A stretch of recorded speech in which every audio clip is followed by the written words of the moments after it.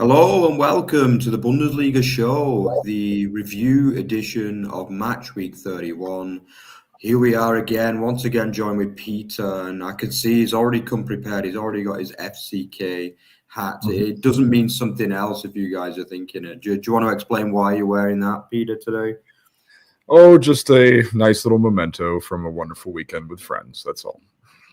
Yeah, exactly. Yeah, we had a great weekend over at the Betzer, an over-the-bar weekend at the Betzer, the Fritz-Walter Stadion over in the Pfalz in Kaiserslautern. So yeah, check out the vlog. That will be coming out probably sometime this week, but it's not too much of a rush for that.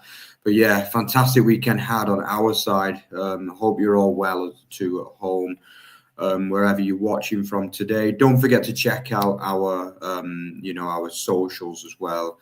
Our Instagram at Over the Bar FB, also our Blue Sky and our Twitter too. Don't forget to like, comment, and subscribe on the videos as well, because every little bit helps, as they say. So yeah, I mean, obviously, while we were mostly focusing on this fighter Bundesliga this week, Peter, I mean, obviously, there's been a fantastic weekend of Königsklasse as well going on, hasn't there, in the top flight? Obviously, things really hotting up, as we mentioned in the preview as well on Thursday night. A lot riding on almost every game this weekend, and this match week didn't disappoint at all, did it? I mean, obviously, key results at every part of the table, but today I feel as though the main results this weekend really came at the bottom. So I think last week we started with Europe, the week before we started with the title race. So this week I'm going to start with our bottom three actually, and obviously the game of the weekend really, wasn't it? The game in Kiel between the hosts and kind of struggling Borussia Monchengladbach. Obviously ended up in that 4-3 thriller, basically between the two sides. Obviously, Shuto Machino, our favorite guy, getting a double, including a last-minute winner too. He actually opened and closed the scoring in this game as well, which was quite an achievement. Either side of Silla, kind of bookending 7 goals in this thriller. Bernardson got the second one for the hosts as well, putting them into a relatively cushy 2-0 lead. But obviously, as it often is with Kiel, it's never simple, is it? Actually, Damer made an absolutely fantastic save from Robin Hack in the first half, which was really an impressive one. But he was helpless when Kvanchara, the returning Kvanchara, who we've not seen that much this season, it seems, actually got the opening goal for Gladbach. And then obviously Plea striking. You know, we've kind of criticised him a little bit on this show, haven't we? But he made it 2-2. So at that point, Peter, you think, Gladbach are probably gonna win it. We were obviously traveling over to Loughton in the car when these games were going on, and obviously Paul was kindly kind of keeping us in touch with the score in the ground hopping mobile. But Peter, I mean, obviously for Gladbach to come back, for Kiel to come back and win it from that position is quite an effort, isn't it? Oh, you're on mute there, Peter. Yeah. Yes, I know. I had a little trouble unmuting myself. Well, this was, of course, one of the results. I did prepare a little bit of kiosk for you. I probably neglected to mention that at the top of the show, but we'll get to the rest of kiosk when we get to the relevant match. For now, I'll say that Kicker is leading with Die Liga bebt. We have some serious earthquakes right there at the bottom of the table. And that result is obviously a big one, a huge earthquake that really threw a wrench into the relegation race. We were talking about this match extensively on the prediction show on Thursday. And of course, we talked about Gladbach's troubles and the fact that they should be able to get back on track now that they have actors such as Frank Honorat and Robin Hack back from injury. And indeed, they were able to do that. It took, I think, the two of them combined and hit the post once. And then, that was Kvankara to Hack, and he hit the post once. And then on the second go, they went ahead and actually got that goal in. And when Honorat was introduced in the 61st minute, he made a good case for being player of the match. Obviously, the player of the match has to go to Shuto Machino for his brace. But I think that essentially Gladbach started clicking, and they started clicking a little bit too late in this one. But once Honorat was off the bench in the 61st minute, they were by far the superior team. There were some really embarrassing errors on behalf of Gladbach. One of your favorites, Jonas Omland, he was questionable on 2 of those goals. And of course, we saw how important Nico Elvedi is to the central defensive core, because it was, after all, Fabio Chiarodia who made the embarrassing error that led to Kiel's first goal, and then, of course, gave them some hope. This was a fantastic match. What more could you possibly hope for than 7 goals? I would say that all of them were quite exciting and quite good. There is this, I think we could spring immediately into the question, what does this mean for both clubs? And in the case of Gladbach, it is almost as if the European dream is over at this point. This is the 3rd consecutive disappointing result. We once again have some serious questions behind keeper Jonas Omland. Tim Kleindienst gave another very vitriolic post-match interview in which he said that he could explode with anger at how this club has squandered their European chances this year. I suppose he could have stayed at Heidenheim, and he could have played in the Conference League this year. So maybe not the best career move from Kleindienst. To the question of Kiel, can the sprinting Storks continue along with this potential Bundesliga miracle? As we were mentioning on the prediction show, your former FC Nuremberg managing director Olaf Rebe seems to think so. However, despite this result, we've also been talking in recent weeks about Kiel's remaining schedule. And this remains one of the toughest remaining schedules of any of the relegation, or of any of the teams in the league. Mark, would you care to do the honors for us? Yeah, obviously next Sunday they actually travel to Augsburg, who, I guess is probably the more winnable of the 3 games. But then obviously they host Freiburg, who are, probably the form team of the entire league at the minute, before finishing off in what looks like an impossible task at the Signal Iduna Park against Borussia Dortmund. So realistically, you're looking at that game at Augsburg as the most winnable. But I mean, one thing for sure, if they're going to stay up, they're probably going to need to win both the Augsburg and the Freiburg game, because for me, I just don't see a team like that going to the Signal Iduna Park and picking up a win to potentially stay up. I mean, we know that, Dortmund are really kicking into gear themselves, which we'll talk about later. So, I mean, that looks like a battle too far. So they've got to aim for these next 2 as wins. It's not going to be easy. I mean, Augsburg, we've obviously talked about a lot. They're going to be hard to beat, especially at the VfK. And then obviously Freiburg, even if they win that, they'll probably have to beat Freiburg as well, unless results go their way. But with obviously Heidenheim hosting Bochum next week as well, it's going to really make it difficult to ultimately pick up enough points to stay in the division. But all you can ask for is to win games, and that's what they've done this week at the end of the day. They got over the line. They continue to impress going forward with 45 goals now so far. I mean, that is a hell of a total for a team that are in the bottom 2 at the minute. Unfortunately, the defense hasn't been quite as good, or even close to being as good, with obviously a league high of 74 goals conceded, leaving them with a goal difference of -29. But that is comparable to the 2 teams that they're fighting with, obviously Heidenheim and Bochum on -27 and -33 respectively. But if you look at the goals scored, Kiel are well ahead of Heidenheim, who have 33, and Bochum, who have 30. And then the league low of Pauli only have 26 goals. So Kiel aren't even far off double the number of goals that Pauli have managed this season. So you can't criticize the attack. I mean, they're always a threat, but it's just that defense, the goalkeeping issues, that's what you worry about with Holstein Kiel, isn't it? But it's been a hell of a journey. They're off the bottom now. credit to them for that. It's been a while since they've been off the bottom at the end of a match day, but they are obviously Bochum, who we'll talk about in just a few minutes, have replaced them in 18th, despite their draw against Union Berlin. But the next thing I want to mention is obviously, probably the result of the weekend, really, wasn't it? FC Heidenheim winning away in Stuttgart in the curtain raiser on Friday night. I mean, Peter, that goal from Honzak, I mean, what a strike that was.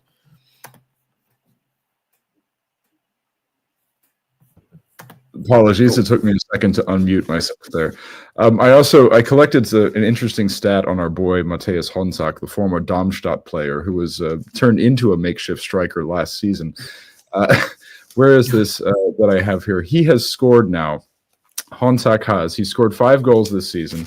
I went ahead and wrote this down. He has scored against Leverkusen, Bayern, Dortmund, Leipzig, and now Stuttgart. So he's always can be relied upon against the European field. Our boy here. Shane Murray's not with us this evening. Of course, he'll be back in very soon. But when it comes to this was a really horrible result for Stuttgart fans, because they, of course, were, after 5 home defeats, wanted to provide their spectacular Cannstatter fans with a victory, and were unable to do so, in part due to some bad tactics, in part due to some uninspired play, and in part due to some bad luck. So I mean, obviously, this is a huge result, and what this result actually does is it sets up a beautiful curtain raiser this coming Friday evening, as if Heidenheim beat Bochum, Bochum will be officially relegated. In any event, a lot of people in German footballing circles talking about this game and how Stuttgart performed. And first of all, it begins with Sebastian Hoeneß's tactics. You have Ermedin Demirovic, Dennis Undav, and Nick Woltemade all available. How is it exactly that you can't fit all of these 3 guys up there in a 4-3-3? He starts with a 4-4-2. It was the case that Mio was not available on time due to injury. Leveling was also not fit enough to start. So he went with Fabian Rieder, the Swiss loanee, who at the beginning of the season really got off to an excellent start, netting those 2 or collecting those 2 assists. I think it was on Matchday 2 with Ermedin Demirovic. This little ankle biter, however, has lost his heart for his loan club, and so have some other players, I would say. It was not a good match from skipper Karazor in midfield. Woltemade was eventually brought on in the 53rd minute. One could argue that that was a little bit late. And then what I discerned after giving the match a good scout was that Hoeneß went into a 5-3-2 formation, which seemed a little bit too conservative for an opponent like Heidenheim. And that's one of the reasons why, on a tactical level at least, they were lacking their killer instinct. Of course, there was the role of luck. Both Undav and Woltemade ended up hitting the post. And, pardon me, Heidenheim, excuse me, they had what we call a lucky punch goal in that respect. But as I often like to say in football, you have 90 minutes to score a goal. It is not easy to score a goal. And but despite that, we had many performers who needed to step it up. There was no real highlight from Stuttgart in that first opening 45 of play, other than the fact that Angelo Stiller had to change his boots. And despite what I thought was some strong play from both Undav and Woltemade in the second half, they just didn't find the finishing boots. The Heidenheim goal itself came courtesy of a Jakob Brun-Larsen blind back heel that went back to the Heidenheimer ranks. Some questions about whether or not he should have been in the match at all, because after all, Leveling did come off the bench, but he went ahead and brought Brun-Larsen on for Fürich in the 79th minute. It is that sort of season for Die Schwaben. It almost seems as if some players can't be bothered with league fixtures at this point, because they're treating the forthcoming DFB Pokal final against Arminia Bielefeld as a given European qualification, something that they might be doing at their peril. But in any event, this was, of course, as you mentioned, a big talking point this weekend. I read plenty of articles. I gave the match a good scout. I read all of my German footballing publications, and most German footballing journalists really wanted to talk about this match, particularly what happened tactically, and give the players Einzelkritiken and things like this, because this was a match that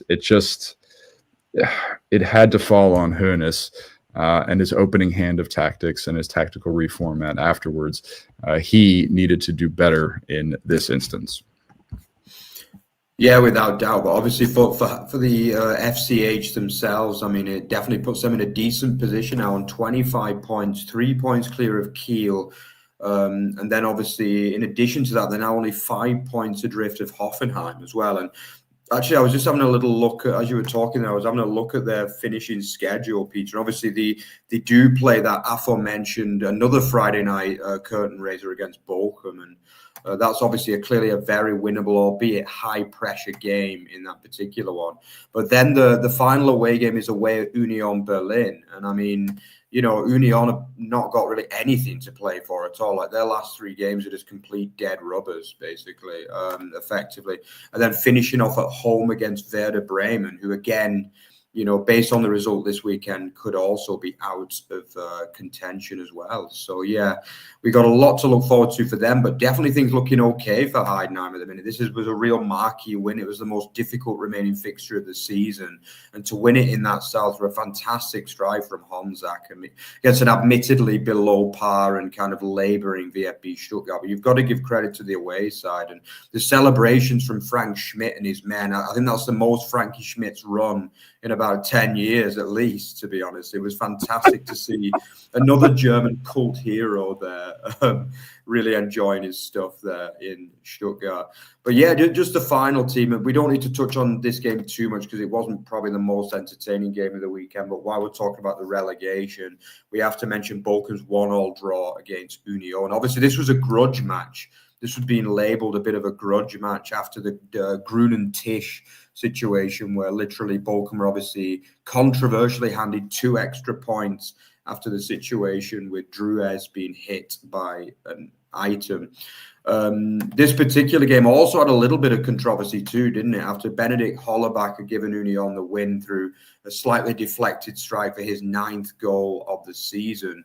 Obviously, it was a penalty decision that got Bochum level, and it was actually a missed initially before Bayro was able to tap home the rebound. But, I mean, for me, I think even though initially it looked controversial, obviously it was reversed, wasn't it? It was initially given as a free kick before being later declared as a penalty. What do you think there, Peter? Was this the correct decision from my Nuremberg brother, Dennis Eitekin, or not? Yes, largely. I would think so. I mean, I actually have a few things to say about this match. You know, it was a match that was very, very interesting.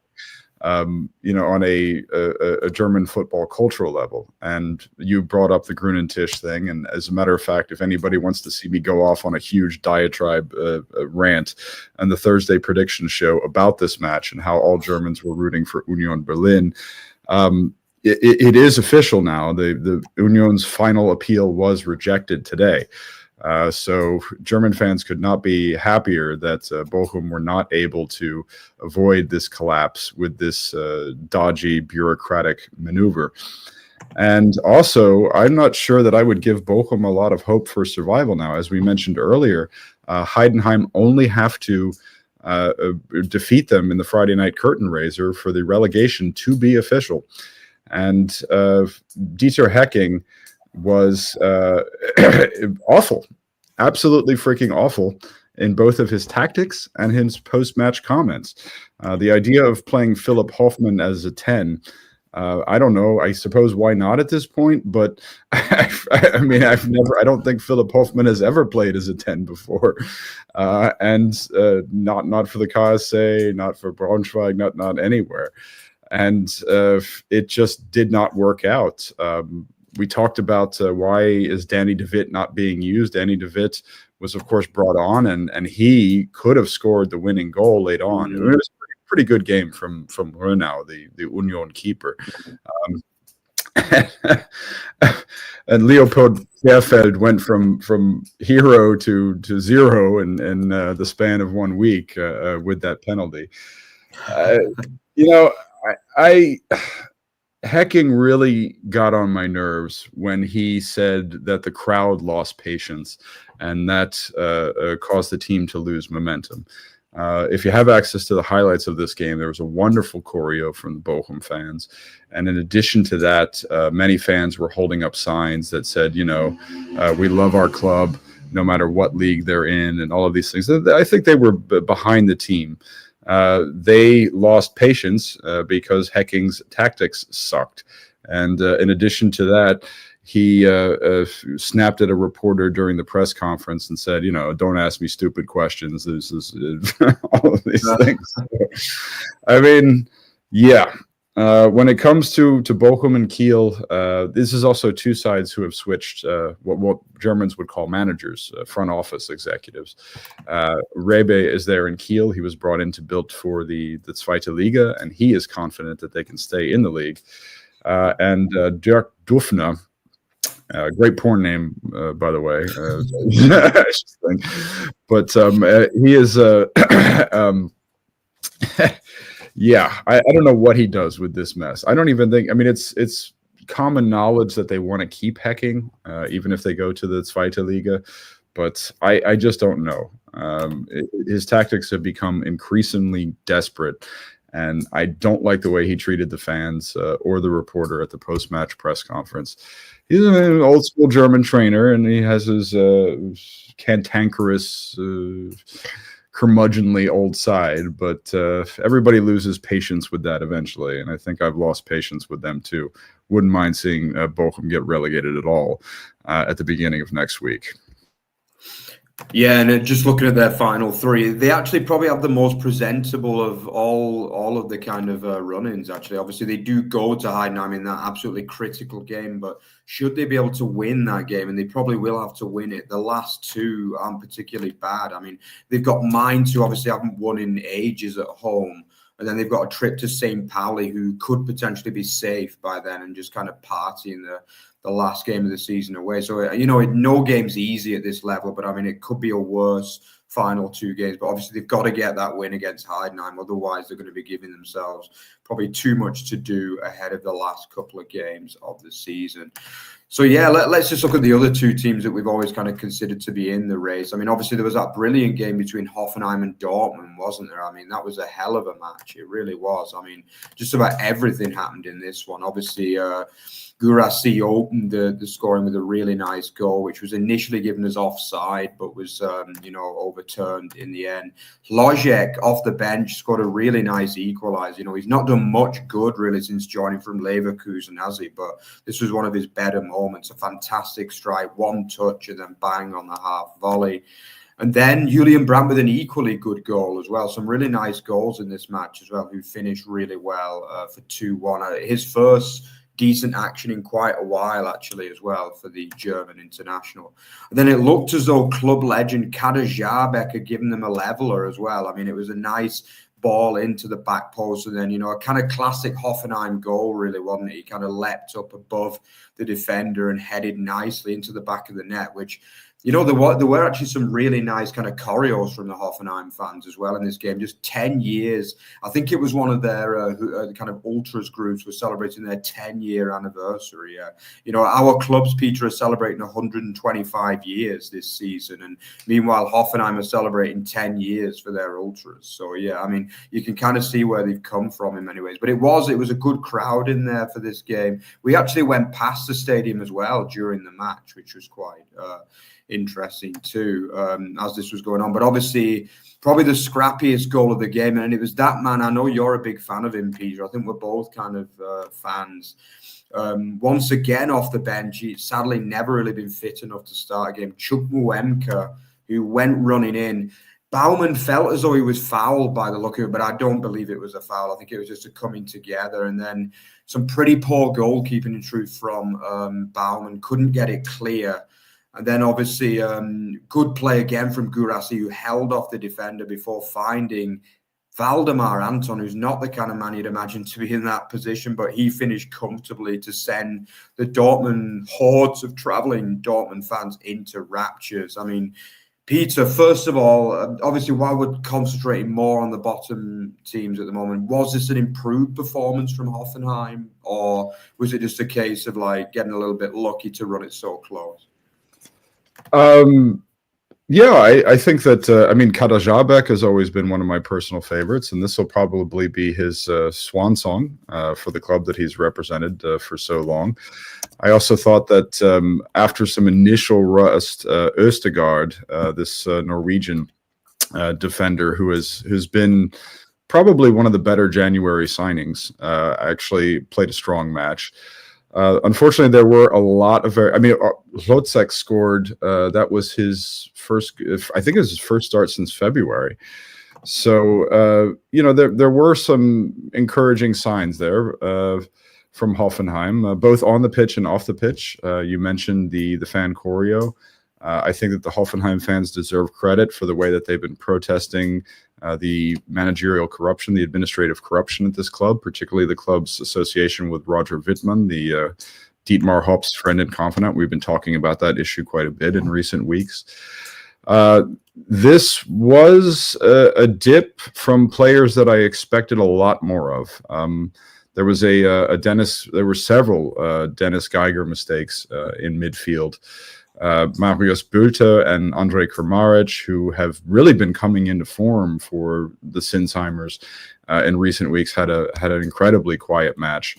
And I think that there was, you mentioned Anton has done well, but Bensebaini was sort of at fault on both Hoffenheim goals, I would say. So he had a poor game defensively, made some of these Hoffenheim goals seem more than they were. We've talked about Dortmund, and we've talked about how much we believe in them and this Aufholjagd and how they seem to be destined for a top four finish now that Niko Kovac has a system in place. A huge statement match from Daniel Svensson again, who collected 2 assists. I think his automatic purchase clause will be triggered before the season is out. I personally love Julian Brandt, despite all of the criticism. He's one of my favorite German footballers of all time. And I love that goal celebration of his, where he was, it reminded me, you remember when Kimmich, after the World Cup, when he did that thing with the ear, I can't hear you. Yeah. Brandt's goal celebration was really cool because he was just like, oh, you guys keep talking. He did this little thing. And and you keep talking, I'll keep delivering. So it was a very much a deserved win for Dortmund. Let's not forget that Grassi, as you mentioned, also missed a penalty. True. Hoffenheim are not out of this relegation race yet, not on 30 points, not when we, as we say every year, we should hang that sign around our neck that says 35 points is what you need for safety. And they don't have it yet. So it's quite possible that they can still get dragged into this relegation fray if Heidenheim respond and win that match on Friday evening. What should we say? Did I mention? I don't know if I mentioned this on the pod before. It's really interesting because the Hoffenheim reserves are about to get promoted from the Regionalliga, the Südwest Regionalliga here in Baden-Württemberg. And should Hoffenheim get relegated, that would be so interesting because the first team would be playing in the second league, and the second team would be playing in the third league. And they've already, the DFL and the DFB have made contingency plans for this. They've already signed a waiver. It's an interesting little story in German football. So I don't know. Not often you see that, is it? Yeah. No. Yeah, well, it's never happened before. So, they have to. As a matter of fact, it's supposed to be forbidden that a team and the reserve teams only play one tier apart. But in this case, I think they're going to make an exception because it's never happened since we've had the Dritte Liga's introduction in 2008. Yeah. So it's just unprecedented. And in in any event, I mean, that's why, if FC Bayern 2 wins the Bundesliga title, they can't get promoted to the second division, or the same with the Borussia reserves or the Stuttgart reserves or whatever. They could still get dragged into this relegation fray. Although, I mean, 30 points with 3 match days remaining is not a bad haul. And Hoffenheim are generating some sympathy in German footballing circles for the manner in which the supporters of the club, who are not tradition rich, they haven't been around for a very long time. They didn't even exist until, they don't even have 20 years under their belt, really. Since Hoffenheim was promoted in 2008, still playing at the old Dietmar Hopp ground there in the actual village. But they are standing up to Hopp and some of his shadowy influence in the club. Oh, I should also mention that that controversial. I didn't find that controversial at all. That non-call. A lot of German press. It's getting a lot of traction in the German press because people are saying, why didn't the match official of Benjamin Brandt, why didn't he stop the match? Because Baumann had clearly incurred a head injury. I think that, and Felix Burch weighed in on this. You know how Germans are with their referees. We grade our referees. We our elder statesmen, if they have something to say, that's treated as a news story, so on and so forth. Baumann kept playing. Okay, how in the hell was Brandt supposed to know that it was a head injury when he kept playing? I mean, that's. It wasn't a foul. I mean, it was a total 50-50 challenge in which the two of them collided. So I don't understand the controversy behind that. I definitely agree with you on that front. Yeah, without doubt. Yeah. So just having a look at Hoffenheim's games. I mean, obviously they might need more now with obviously Heidenheim's improvement. They do. The next 2 are going to be away from home. They go to Gladbach this weekend, followed by Wolfsburg the weekend after. But I guess they'll be kind of buoyed by the fact that they are 2 pretty off-form sides at the minute. So you'd imagine they would be able to win one of those 2 to go more or less safe before, on the final game of the season, they actually host Bayern Munich. So again, similar to Kiel, they're not going to want to have anything to do ahead of a game against Bayern. Even though obviously Bayern probably will have the title sewn up by them, but still, the form they're in at the minute, you just don't really need to get a result against the record Meister. So yeah, I guess the only other game we have to mention in this area, but I'm not going to dwell on it too much, was the 0-0 draw between obviously Werder and Pauli. Not a particularly entertaining game, but still a well-earned point for Pauli, which puts them 6 points ahead of Heidenheim with a vastly superior goal difference. So you can more or less say 7 points at this stage, considering that. So, I mean, barring a miracle, really, they are going to be staying up. And I think very few people would argue that they deserve to maintain the status of a top flight club. So, yeah, let's turn our attention more towards the top end of the table now. I mean, obviously, this is a title race that isn't really existing, basically, in truth, but it does linger on another week. And it's another week goes by that Harry, although being very, very close to his title, he still doesn't quite have it. And an interesting kind of side note to this game is that he will potentially miss the game against Leipzig next week as well. Well, he will actually miss the game because of yellow cards accumulation. So it would be quite ironic if they won it without Harry in the team, wouldn't it? Yeah, so, I mean, obviously they go to Leipzig next week, which won't be an easy place to wrap it up, but it is going to happen sometime over the next couple of weeks, and we all know that. And Peter, it was once again an impressive 3-0 win over Mainz, wasn't it? I mean, I felt as though, aside from the Johnny Burkhardt chance early on when he was quite unlucky not to make it 1-0 to the away side, I just felt as though it was a pretty procession win, really, in many ways. Obviously, Sane opened the scoring. Probably, in many people's eyes, their player of the season this year, Michael Elise, got the second. And then, obviously, Eric Dyer, who's also going to win his first piece of silverware, by the way, this season. Harry Kane's best mate. Headed in a 3-0, but Peter, not too much to say on this one, really. It was a relatively straightforward and comfortable home win, wasn't it?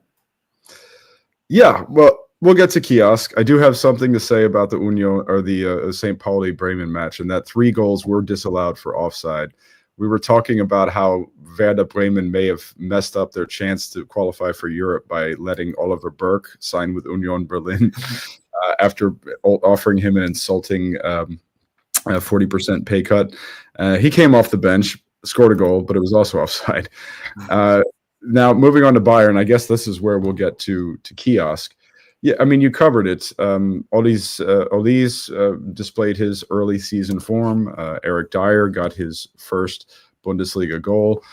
Min Jae Kim messed up at the beginning. This was a typical Bayern match, if you will. And of course, also Sane, excellent game from him. I imagine he'll sign a contract extension. Konrad Leimer, a converted right back, if you will, was not even a right back at all until he first appeared there under Tuchel last season. Has really come to own the position. Jonas Urbeck gets his second Bayern clean sheet, and in this case, he probably earned it. You mentioned Harry Kane. For our English viewers, this is probably what they're most interested in. And hello to Left Footed, by the way. It's good to see you as well in the comment box there. Thanks for coming in and tuning into Mark and I's little Monday Night Live club today. Okay, so we'll do Kiosk. Lots of history for Bayern. It was Dyer's first goal. It was also Thomas Müller, the departing Bayern legend's 500th appearance for the club. That's what the Bild am Sonntag was leading with. And the big story, of course, though, is that, and this is the Montagsbild, Bavarian dialect here, Kona Meisterparty, Kona meaning keine, and keine Meisterparty for Harry, because Harry, when Bayern most likely clinch the title next week, will not be on pitch. The Süddeutsche, which I also saved for you, says Schale holen ohne Harry. They're going to get the trophy without Harry. This seems like poetic justice in a certain respect. I'll report on some of Kane's post-match comments. And, of course, all the German press just ate all of this up. Kane said it was a crazy yellow card. They should change the rule. Müller said the same thing. And so Harry Kane was not at all unbitter about this. He said that referee Bastian Dankert, his quote is, "Some people come to the Allianz Arena to make a name for themselves," insulting a most esteemed German referee for the fact that he's not going to be on the pitch. But Kane also said, "I will still be celebrating the title. Don't worry, I'll celebrate just like everybody else." It'll be quite the media event because I guess Harry will be along there with the Frauleins before the Frauleins, come onto the pitch. So that should be something. I mean, nothing else to say about that really. I mean, it's the official clinch of the title has been vertagt, as Germans call it.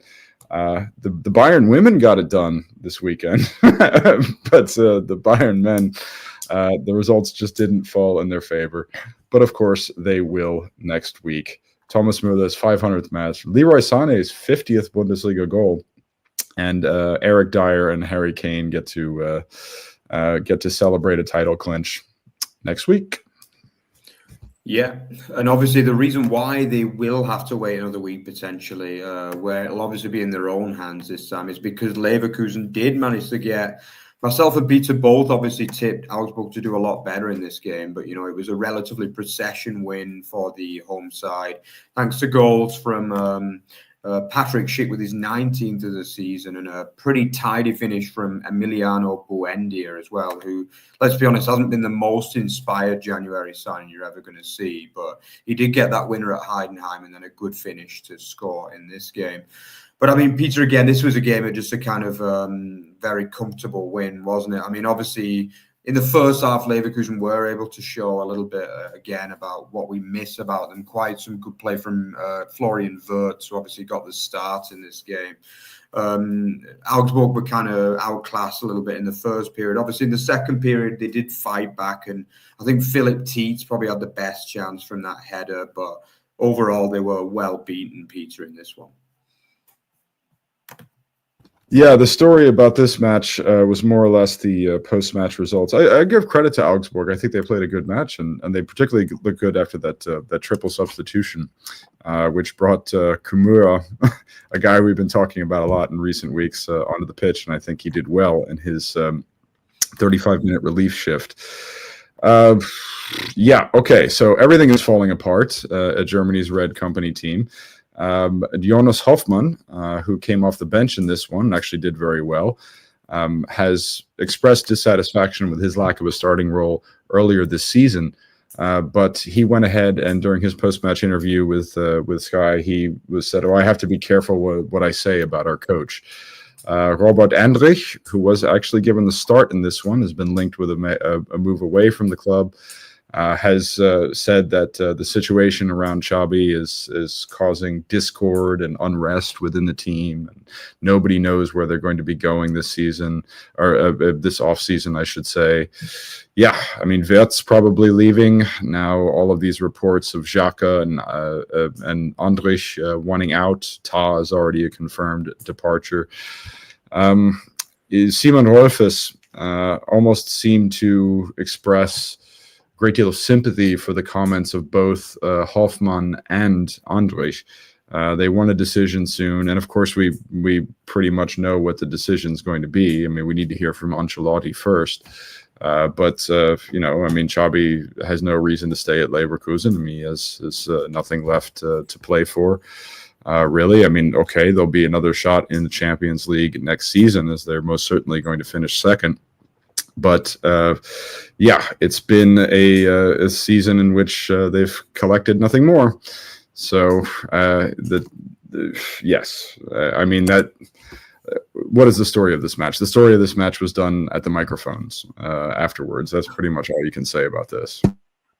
Yeah, pretty much. So yeah, that gives us the final thing we need to talk about today is obviously the Champions League race, the much talked about Champions League race, and there's no better place to start with that one than a game that pretty much got all people in the Bundesrepublik excited, really, obviously, especially the purist fans of traditional clubs.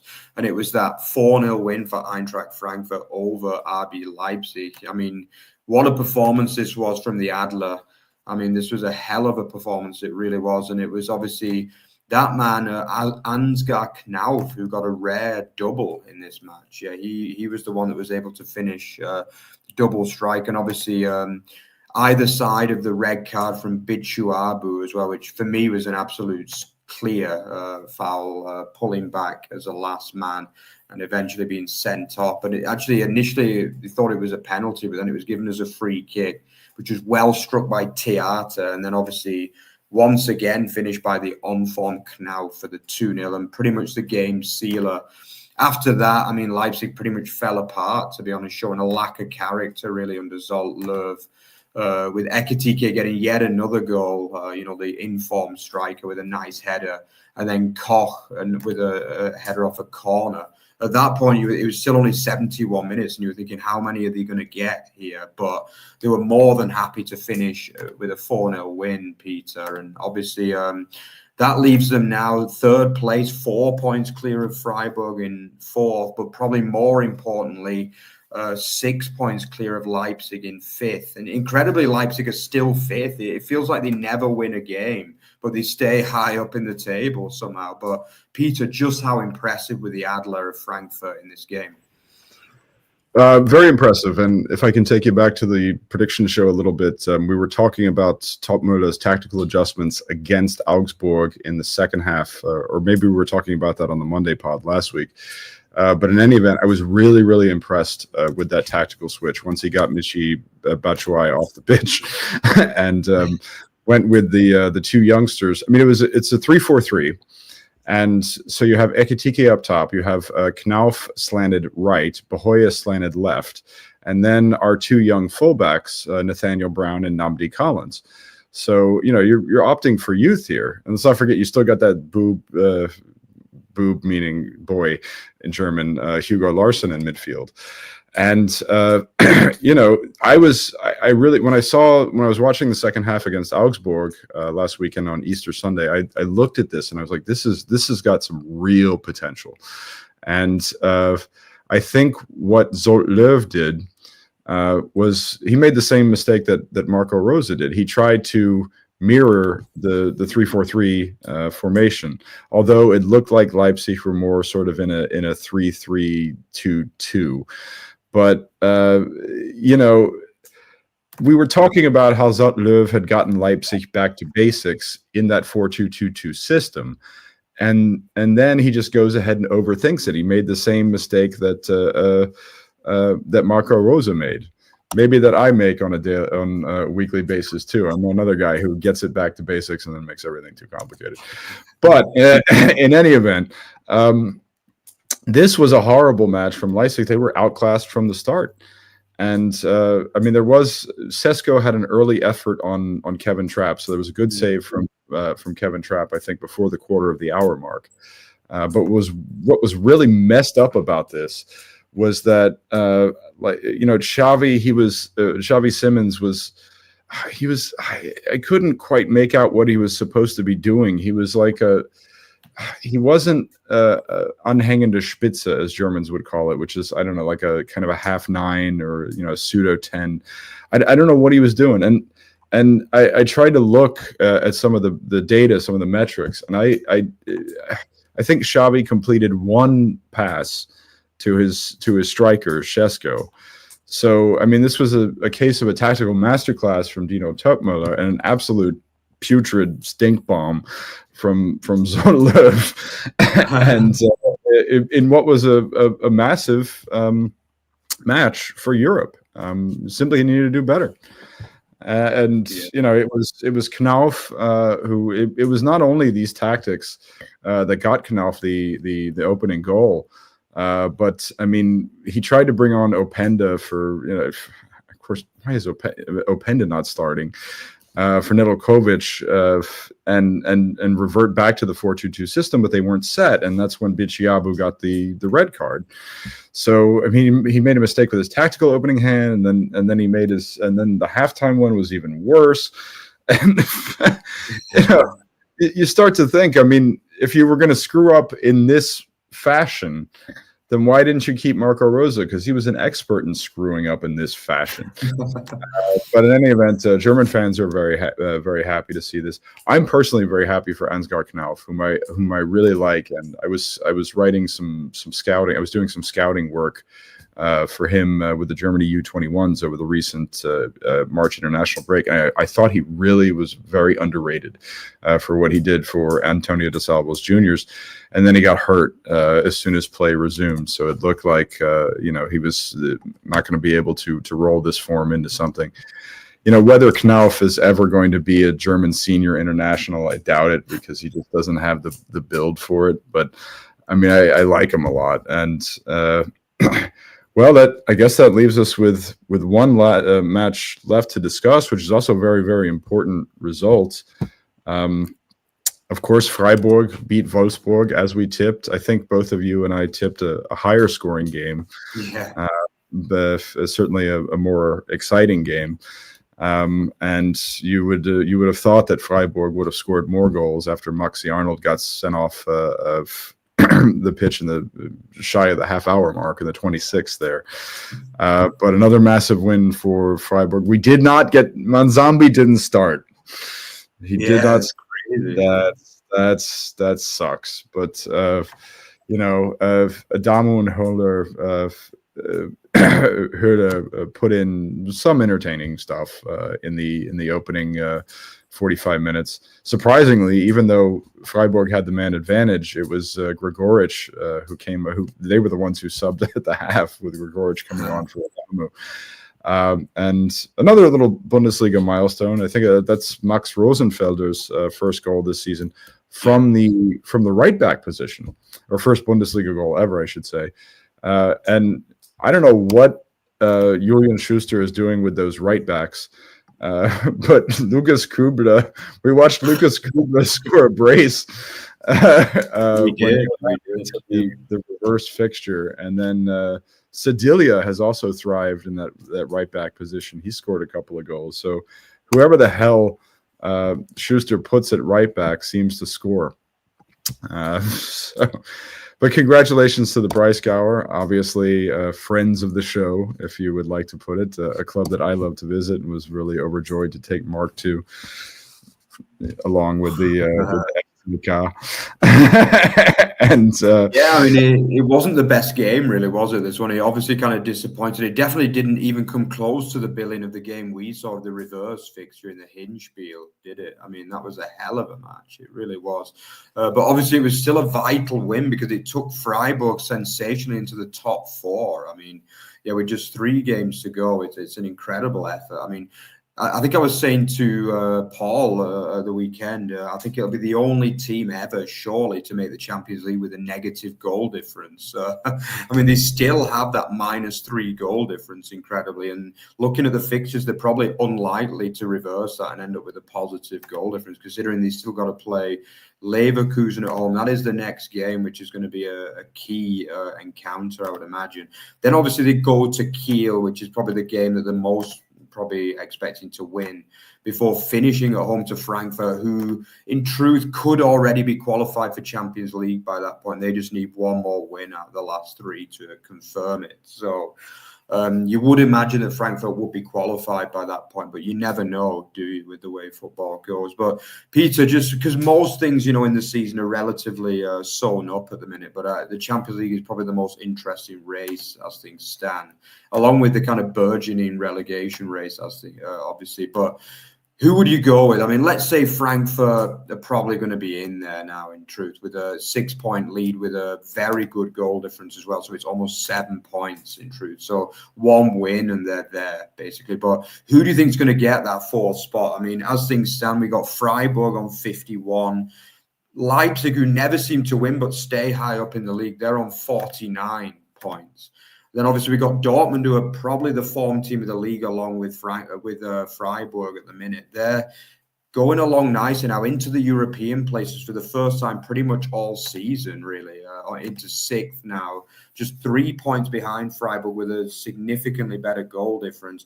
Then I guess you've got to still classify Mainz, despite this poor run as being in the Champions League race. I mean, they're still only 4 points adrift with a relatively favourable run-in. And then, Bremen are 5 points behind. I mean, what a pity they couldn't win yesterday. They would have gone within 3 points of the Champions League as well with a win. But who do you think is going to get that 4th spot? Because, to be honest, in some ways you could kind of vouch for every team to get it, really, at the minute. I'll go with Dortmund. Maybe a boring tip, but I'll go with Dortmund. I think that they complete the Aufholjagd here based on the remaining schedule and the fact that the system is going well. It's Wolfsburg, Leverkusen, Kiel, the remaining fixtures for Dortmund.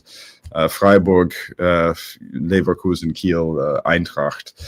So it could go either way. But I would take Mainz and Bremen out of the running after this weekend.